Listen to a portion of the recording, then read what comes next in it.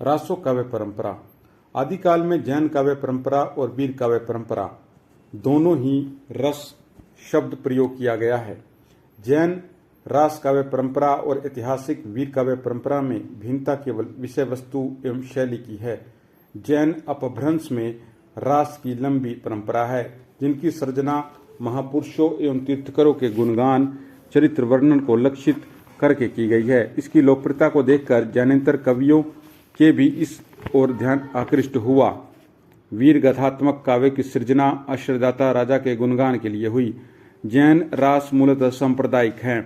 रासो शब्द की अनेक व्युत्पत्तियां दी गई है, जिसमें राजसूय, रहस्य, रसायन आदि अनेक शब्दों में रासों का विकास हुआ माना जाता है। रासो शब्द की उत्पत्ति के संबंध में विभिन्न विद्वानों के विभिन्न मत हैं। आचार्य शुक्ल जो है इसे रसायन शब्द से उत्पत्ति की मानते हैं। आचार्य हजारी प्रसाद द्विवेदी रासक शब्द से रासो शब्द की उत्पत्ति मानते हैं। डॉक्टर श्याम सुंदर दास रहस्य शब्द से इसकी उत्पत्ति मानते हैं।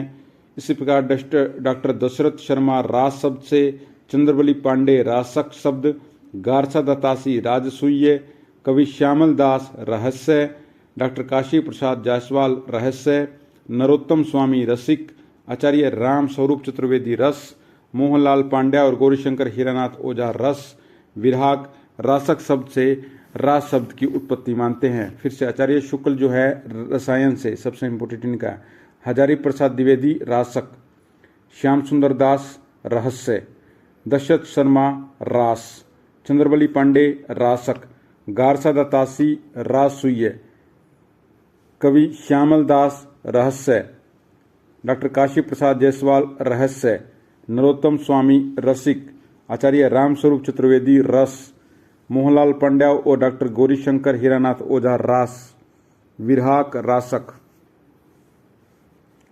विराग ने इस संबंध में लिखा है कि जिस रचा में अरिल, दोहा, धत्ता, रड्डा, रोढ़ा अधिकता पाए जाते हैं उसे रासक कहा जाता है। रासो साहित्य की विशेषताएं।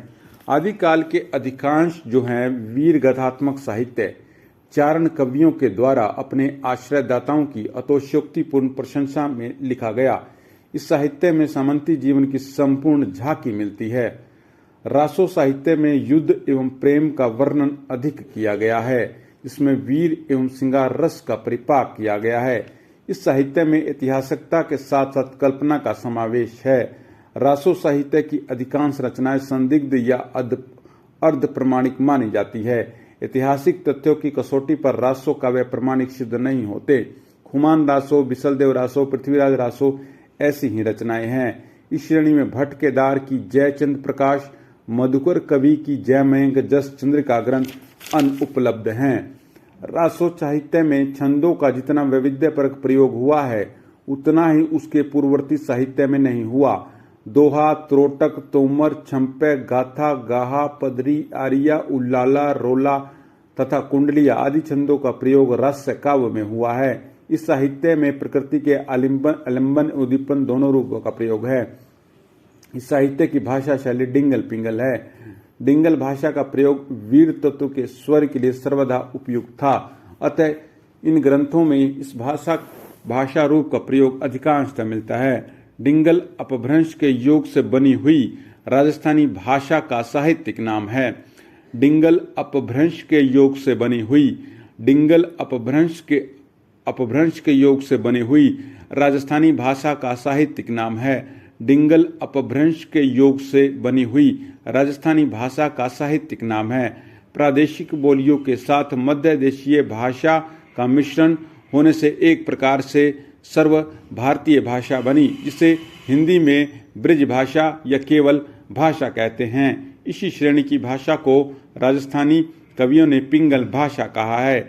डिंगल शब्द की व्युत्पत्ति पर अत्यधिक विवाद है। आचार्य हरि प्रसाद शास्त्री ने इसकी उत्पत्ति डगल यानी अनपढ़ शब्द से मानी है। Doctor LP. टेसिट्री का भी मत है कि डिंगल एक अनियमित और गवारू शैली का नाम है। कुछ अन्य विद्वानों ने ओज गुण प्रधानता के आधार पर डिंगल को परिभाषित किया। श्री मोतीलाल मनेरिया ने इसे डिंगल के रूप में लिया, जिसका अर्थ है डींग हाँकना। एक अन्य विद्वान ने ड वर्ण की अधिकता के आधार पर इसकी व्याख्या की तो एक और समीक्षक ने डिम प्लस गल अर्थात गले से डमरू जैसी ओजपूर्ण ध्वनियां निकलने के आधार पर इसे डिंगल माना। सारांशतः डिंगल वह शैली है जिसमें ओज गुण उपस्थित हो, जिसका प्रयोग सामान्यतः अशिक्षित वर्ग द्वारा व्याकरण सम्मत ढंग से न हुआ हो। पिंगल इस साहित्य परंपरा की दूसरी शैली है जिसमें व्याकरणिक व्यवस्था तथा माधुर्य गुण की अवस्थिति निर्णायक विशेषताएं मानी गई है।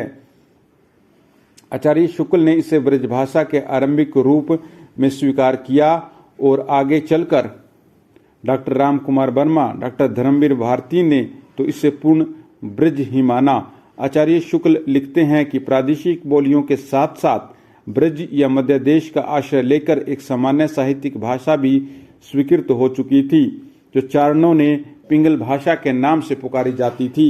वस्तुतः पिंगल छंद शास्त्र के रचयिता का नाम था, जो रचनाएं व्यवस्थित किस्म की भाषा शैली में रची गई थी। उन्हें पिंगल कहने की परंपरा थी। श्याम सुंदर दास एवं डॉक्टर टेसी टोरी ने पिंगल को ब्रजभाषा के समान तो माना ही, किंतु मुख्य बल इस बात पर दिया कि व्याकरण व्यवस्था के अनुकूल भाषा थी।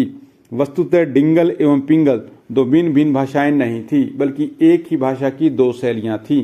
प्राय श्रृंगार संबंधी पदों में पिंगल की अधिकता और युद्धों के उच्च पूर्व वर्णन ने डिंगल की अधिकता दिखाई पड़ती है। अब आगे कवियों के बारे में पढ़ेंगे नेक्स्ट पार्ट में।